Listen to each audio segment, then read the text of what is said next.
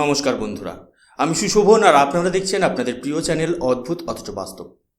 আজকের এপিসোড শুরু করার আগে আপনাদের জানিয়ে রাখি, এই ভিডিওতে আমি যে সমস্ত চাঞ্চল্যকর তথ্য এবং আইনি নথির কথা উল্লেখ করব তার প্রতিটির নিউজ লিঙ্ক এবং সোর্স আমি নিচের ডেসক্রিপশন বক্সে দিয়ে দিয়েছি। আপনারা চাইলে ভিডিওটি দেখার পর সেগুলো মিলিয়ে নিতে পারেন। আজকের আলোচনাটি অত্যন্ত গভীর এবং সংবেদনশীল, তাই অনুরোধ করব ভিডিওটি একদম শেষ পর্যন্ত মন দিয়ে শোনার জন্য, কারণ ভারতের ভবিষ্যৎ বাণিজ্যের এক নতুন সমীকরণ আজ আমাদের চোখের সামনে তৈরি হচ্ছে।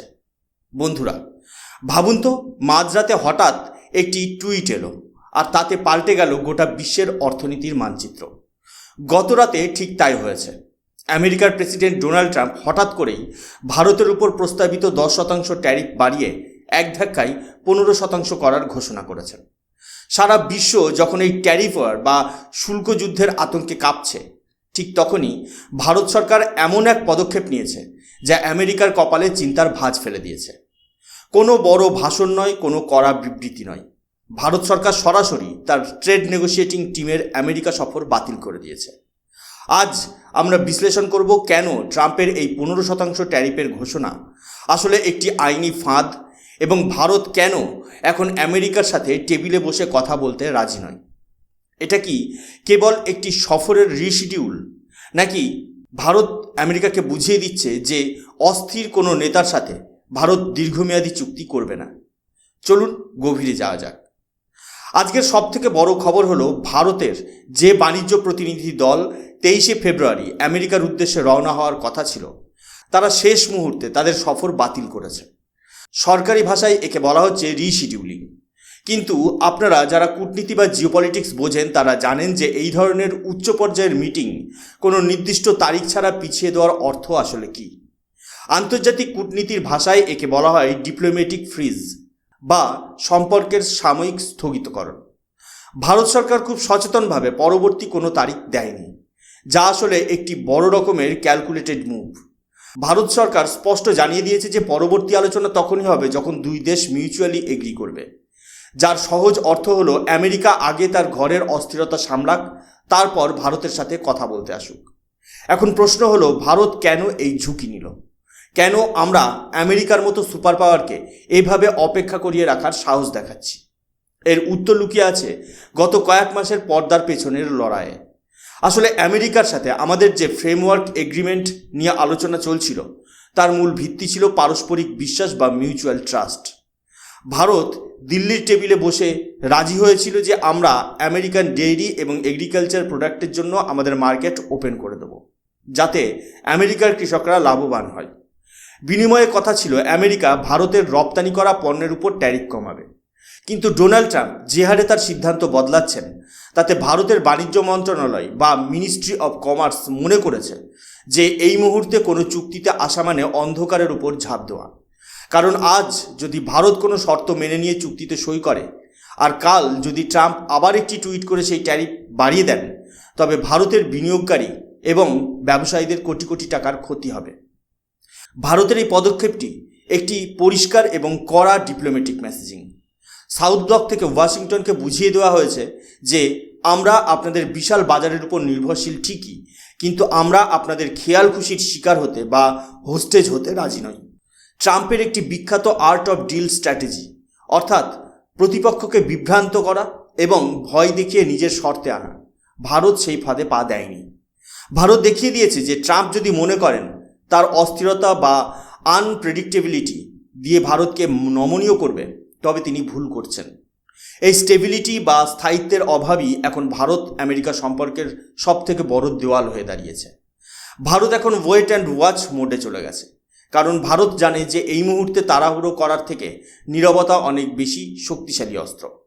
আমরা আমেরিকাকে এটা মনে করিয়ে দিয়েছি যে একবিংশ শতাব্দীর ভারত কোনো দেশের জুনিয়র পার্টনার নয়, বরং একটি সমমর্যাদার গ্লোবাল পাওয়ার। বন্ধুরা, গত কয়েকদিন ধরে আপনারা হয়তো সোশ্যাল মিডিয়া বা নিউজ পোর্টালে ট্যারিফের অনেকগুলো সংখ্যার গোলকধাঁধা শুনছেন। কেউ বলছেন 18%, কেউ 10%, আবার কোথাও কোথাও 13.5%-এর কথাও শোনা গেছে। কিন্তু গত রাতে ডোনাল্ড ট্রাম্প যখন হুট করে টুইট করে 15%-এর কথা ঘোষণা করলেন, তখন পুরো বিষয়টি একটি গ্লোবাল ইকোনমিক ড্রামাতে পরিণত হলো। কিন্তু প্রশ্ন হলো, এই সংখ্যাগুলো কি কেবলই ট্রাম্পের মাথার খেয়াল, নাকি এর পেছনে কোনো গভীর জিওপলিটিক্যাল স্ট্র্যাটেজি লুকিয়ে আছে? আসলে বিষয়টি বুঝতে হলে আমাদের একটু পেছনে তাকাতে হবে। কিছুদিন আগে যখন আমেরিকা ভারতের ওপর 18% ট্যারিফ লাগানোর হুমকি দিয়েছিল, তখন ভারত সরকার অত্যন্ত বিচক্ষণতার সাথে একটি ফ্রেমওয়ার্ক এগ্রিমেন্ট বা প্রাথমিক সমঝোতার রাস্তা তৈরি করেছিল। ভারত প্রস্তাব দিয়েছিল যে তারা আমেরিকার কৃষি এবং ডেইরি সেক্টরের জন্য ভারতের বাজারের দরজা কিছুটা শিথিল করবে। বিনিময়ে শর্ত ছিল আমেরিকা ভারতের ওপর থেকে এই বিশাল ট্যারিফের বোঝা কমিয়ে 10% নামিয়ে আনবে। ভারতের এই গিভ অ্যান্ড টেক পলিসি আন্তর্জাতিক মহলে বেশ প্রশংসিত হয়েছিল এবং মনে করা হচ্ছিল যে একটি দীর্ঘমেয়াদী বাণিজ্যিক শান্তি স্থাপন হতে চলেছে। কিন্তু ঠিক এখানেই ট্রাম্পের সেই পুরনো চরিত্র ফুটে উঠল। তিনি হঠাৎ করেই সেই সমঝোতা থেকে ইউটার্ন নিয়ে 15%-এর জিগির তুললেন। ট্রাম্পের এই আনপ্রেডিক্টেবিলিটি বা চরম অনিশ্চয়তা এখন ভারতের মতো উদীয়মান অর্থনীতির জন্য সবথেকে বড় মাথা ব্যথার কারণ। দেখুন, অর্থনীতি কোনো জাদুর খেলা নয় যে আপনি এক রাতে নিয়ম বদলে দেবেন আর পরদিন সব ঠিক হয়ে যাবে।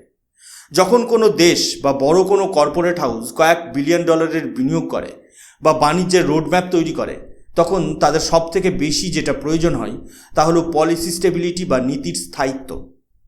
তাদের অন্তত 5 থেকে 10 বছরের একটি স্থিতিশীল ট্যাক্স স্ট্রাকচার প্রয়োজন হয়, যাতে তারা তাদের লাভের অঙ্কটা আগে থেকে হিসেব করতে পারে। কিন্তু ট্রাম্পের জামানায় আমরা কি দেখছি? এখানে পলিসি বদলাচ্ছে প্রতি 48 ঘন্টায়। আজ যে নিয়ম স্বর্ণাক্ষরে লেখা হচ্ছে, কাল সেটা একটা টুইটের মাধ্যমে ডাস্টবিনে ফেলে দেওয়া হচ্ছে। এই ধরনের ইনস্টেবিলিটি বা অস্থিরতা বাণিজ্যের জন্য বিষের মতো। ভারত এখন খুব ভালো করেই বুঝতে পারছে যে এই মুহূর্তে ট্রাম্পের সাথে তড়িঘড়ি করে কোনো চুক্তিতে সই করা মানে হলো অন্ধকারের গর্তে পা দেওয়া।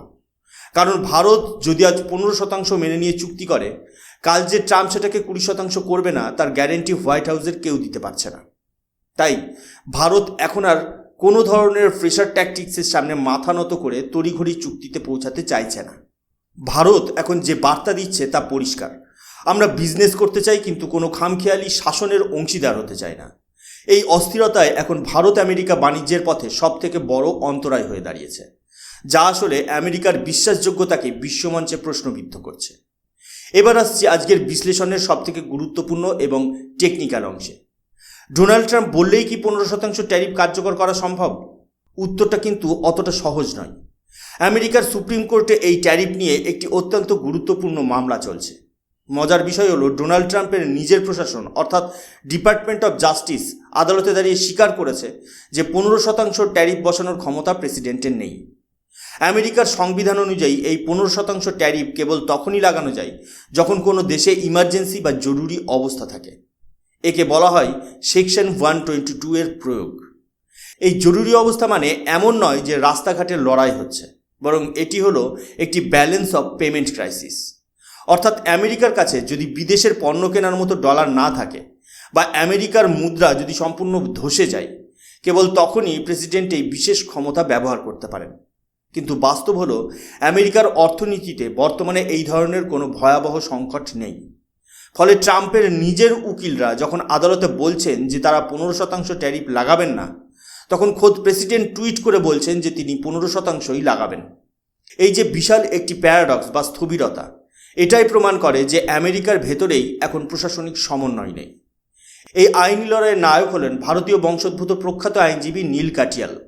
তিনি সুপ্রিম কোর্টে খুব জোরালোভাবে যুক্তি দিয়েছেন যে প্রেসিডেন্ট ট্রাম্প সংবিধানকে পাশ কাটিয়ে নিজের ইচ্ছা মতো ট্যারিফ চাপাতে পারেন না। যদি তিনি অতিরিক্ত ট্যারিফ লাগাতে চান, তবে তাকে অবশ্যই ইউএস কংগ্রেস বা ইউএস পার্লামেন্টের অনুমোদন নিতে হবে। আমেরিকান কংগ্রেসের অনুমোদন ছাড়া এই ধরনের বড় কোনো আর্থিক সিদ্ধান্ত নেওয়া বেআইনি। নীল কাটিয়াল স্পষ্টভাবে বলেছেন যে গত কয়েকদিনে আমরা যে পরিমাণ ইনস্টেবিলিটি বা অস্থিরতা দেখেছি তা গত এক দশকেও দেখা যায়নি। এই আইনি লড়াই ভারতের জন্য অত্যন্ত ইতিবাচক, কারণ যদি সুপ্রিম কোর্ট ট্রাম্পের এই অতিরিক্ত ক্ষমতা কেড়ে নেয়, তবে ভারত সহ বিশ্বের অনেক দেশই হাঁপ ছেড়ে বাঁচবে। ট্রাম্প হয়তো চাইছেন তার আমেরিকা ফার্স্ট পলিসি কার্যকর করতে, কিন্তু আমেরিকার নিজস্ব আইনই এখন তার সবথেকে বড় বাধা হয়ে দাঁড়িয়েছে। অনেকেই প্রশ্ন করছেন, ভারত কেন কড়া ভাষায় আমেরিকার প্রতিবাদ করছে না? কেন প্রধানমন্ত্রী বা বিদেশমন্ত্রী কোনো কড়া স্টেটমেন্ট দিচ্ছেন না? বন্ধুরা, এটাই হলো মোদী সরকারের স্ট্র্যাটেজিক পেশেন্স বা কৌশলগত ধৈর্য। ভারত জানে যে ট্রাম্পের এই টুইটগুলো অনেক সময় দর কষাকষির বা নেগোসিয়েশনের একটি হাতিয়ার মাত্র। ট্রাম্প চান ভারত ভয় পেয়ে তাড়াহুড়ো করে কোনো দুর্বল চুক্তিতে সই করুক, কিন্তু ভারত এখন সেই অবস্থানে নেই যে তাকে ভয় দেখিয়ে কিছু আদায় করা যাবে। ভারত তার ট্রেড নেগোসিয়েটরদের পাঠানো বন্ধ করে দিয়ে বুঝিয়ে দিয়েছে যে আপনারা আগে নিজেদের ঘর সামলান, আপনাদের আইন এবং টুইটের মধ্যে সমন্বয় তৈরি করুন, তারপর আমরা কথা বলবো। ভারত এখন রাশিয়ার কাছ থেকে সস্তায় তেল কিনছে, ইউরোপের সাথে বাণিজ্য বাড়াচ্ছে এবং ব্রিক্স দেশগুলোর সাথে সম্পর্ক মজবুত করছে। ফলে আমেরিকার উপর ভারতের নির্ভরতা আগের থেকে অনেক কমেছে। এই অ্যাডভান্টেজ ভারত এখন খুব সূক্ষ্মভাবে ব্যবহার করছে। পরিশেষে একটা কথাই বলবো, ভারত আমেরিকা সম্পর্ক এখন এক সন্ধিক্ষণে দাঁড়িয়ে আছে। ডোনাল্ড ট্রাম্পের এই 15% ট্যারিফ ঘোষণা হয়তো শেষ পর্যন্ত আদালতেই আটকে যাবে, কিন্তু এই ঘটনা ভারতের জন্য একটি বড় শিক্ষা। কোনো একটি নির্দিষ্ট দেশের উপর অতিরিক্ত নির্ভরশীলতা যে কত বড় বিপদ ডেকে আনতে পারে তা আজ স্পষ্ট। ভারত যে তার প্রতিনিধি দল পাঠানো স্থগিত করেছে তা অন্তত সময়োপযোগী এবং সঠিক সিদ্ধান্ত। যতক্ষণ না পর্যন্ত হোয়াইট হাউস থেকে আসা কোনো বার্তা আইনিভাবে বৈধ এবং স্থায়ী হচ্ছে, ততক্ষণ ভারতের কোনো বড় চুক্তিতে যাওয়া উচিত হবে না। আগামী কয়েক সপ্তাহ এই বিশ্ব রাজনীতির জন্য অত্যন্ত গুরুত্বপূর্ণ হতে চলেছে। ট্রাম্প কি পারবেন আদালতের বাধা টপকাতে, নাকি ভারতের এই নীরব প্রতিবাদ আমেরিকাকে বাধ্য করবে তাদের আইনি পরিবর্তন করতে? সময় এর উত্তর দেবে। আপনারা কি মনে করেন, ভারতের এই সিদ্ধান্ত কি সঠিক? কমেন্ট বক্সে অবশ্যই আপনার মতামত জানান। আপনারা দেখছিলেন অদ্ভুত অথচ বাস্তব। আজকের প্রতিবেদনটি ভালো লাগলে শেয়ার করবেন এবং চ্যানেলটি সাবস্ক্রাইব করতে ভুলবেন না। দেখা হবে পরবর্তী ভিডিওতে। ততক্ষণ পর্যন্ত ভালো থাকুন, সুস্থ থাকুন। জয় হিন্দ, বন্দে মাতরম, ভারত মাতা কি জয়।